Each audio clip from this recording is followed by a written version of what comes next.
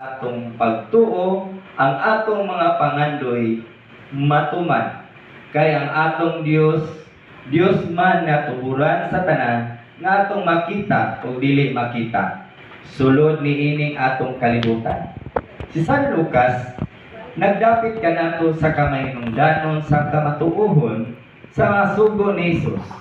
Usa ang ikaduhang pag-ani niya magmatinud-anon unta kita sa atong mga buhat, ingon nga si Jesus kanunay nagmatinud-anon kanato diha sa iyang pagluwas kanato pinaagi sa krus.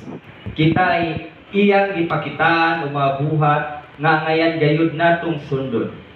Isip Kristohanon ang pangutana anda makita karon sa pagbuhat niining samtang atong gipaabot ang iyang ikaduhang pagbalik.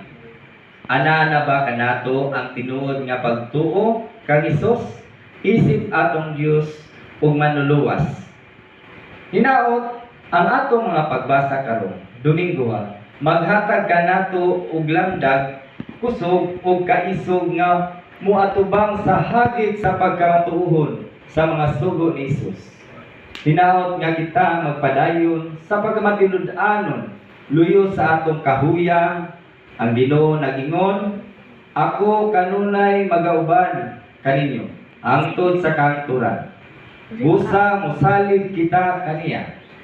Puy-an ta ang iyang gitudlo kanato, dili lamang sa pulong, kundi usab sa buhat.